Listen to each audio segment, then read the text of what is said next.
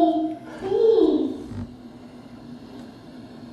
Help me. Ghostly greetings. Holler at your boy Prue. We're talking about the new Riley Sager, which fantastic if you like Riley Sager. Not my favorite Riley Sager, but let's get into that. We're going to make this a quickie review. Charlie is on her way home because her roommate just got brutally fucking eviscerated by a serial killer called the Campus Killer. And she just can't handle school right now. She just needs to get the fuck away. Goes to the ride board. A dude named Josh Baxter, homeboy named Josh, decides, yo, I can take you somewhere. They decide to go on a road trip together. He's going to drop her off and he's going to go home. Part of the way through the road trip, she thinks Josh might be the killer. The problem with Charlie is, though, she's crazy. Fucking batshit gone. She thinks and sees movies in her head. So she's having a hard time telling the difference between, is it a dream in her head and she subconsciously thinks Josh might be a killer, or is Josh actually a fucking killer and gonna murder the shit out of her? And they do this while driving home listening to some of my favorite 90s songs, The Cure, Nirvana. This was classic. This was great. However, I can't review this book very well without spoiling a lot of it. But I will say, it's worth it. Definitely get into it. Not my favorite Riley Sager. Not my favorite Riley Sager by far. I did a book buffet tag my friend Brad Proctor tagged me in. And one of the questions was, when you get to a new author, do you dip your toes or dive in? With Riley Sager, I dived. Robert McNamara here, I dip my toes. But his books are fat. His books are fucking... These are all like this. 300 pages. So, I read like 4 of these home after dark. Locked every door. Any Riley Sager I could pick up, I went through it. And I loved it. This is like the 5th Riley Sager I've read. And I've enjoyed everything he's written. So, Riley Sager, thank you very much for being just a solid writer. I will purchase this library checkout. I'm a little broke at the moment. A little broke. It happens. It happens. Personal stuff. We'll do that channel update. I'm a little broke, so you're going to have to wait on this one. But I purchased every Riley Sager book.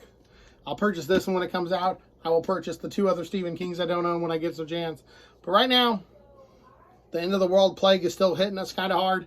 I haven't got a chance to purchase this one yet. So I was happy to see that my local library had it. They haven't discarded yet. When they do discard it, hopefully soon, I will buy it from them then.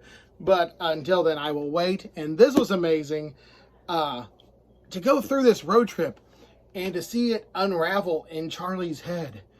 And the little things like playing 20 questions, it's leading her to be like, oh shit, he's a killer. But on the other end, she realizes that, you know, she's an emotional wreck right now.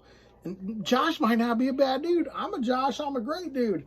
And there's a part where she sees his license and she thinks it's crazy. And when she looks later, it's different. And just all of this fun stuff is just... It was a good book. It was a great mystery. I was entertained thoroughly. The earlier parts where they're just on the road trip talking, playing 20 questions, that's kind of dull. I mean, if it wasn't for like the throwback mentions of like Nirvana, The Cure, 90s grunge stuff, like this book takes place in the 90s, I would have been just bored out of my mind. But it was fun to see the throwbacks and the calls to those bands that I truly like. It had a Ready Player One vibe in that, when he was like making a reference that you like, oh fuck, I love The Cure. But that really kept me going through the early parts of this book. And I want to tell you more about what happened. Maybe I'll do a spoiler review of this book. But worth it. Awesome mystery. It's very new. Definitely check out Riley Sager's Survive the Night. Check it out. I'm going to give this a 4.5. Early pacing. God, you didn't hook me.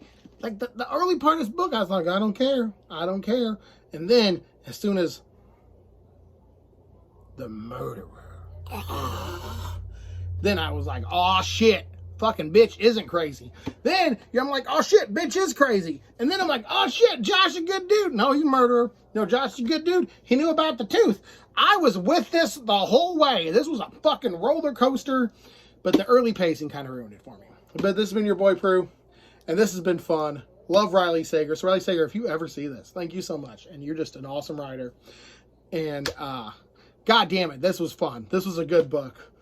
Early pacing could have been a little bit better. That's the only thing keeping this from a masterpiece. Second or third favorite Riley Sager so far. Deuces.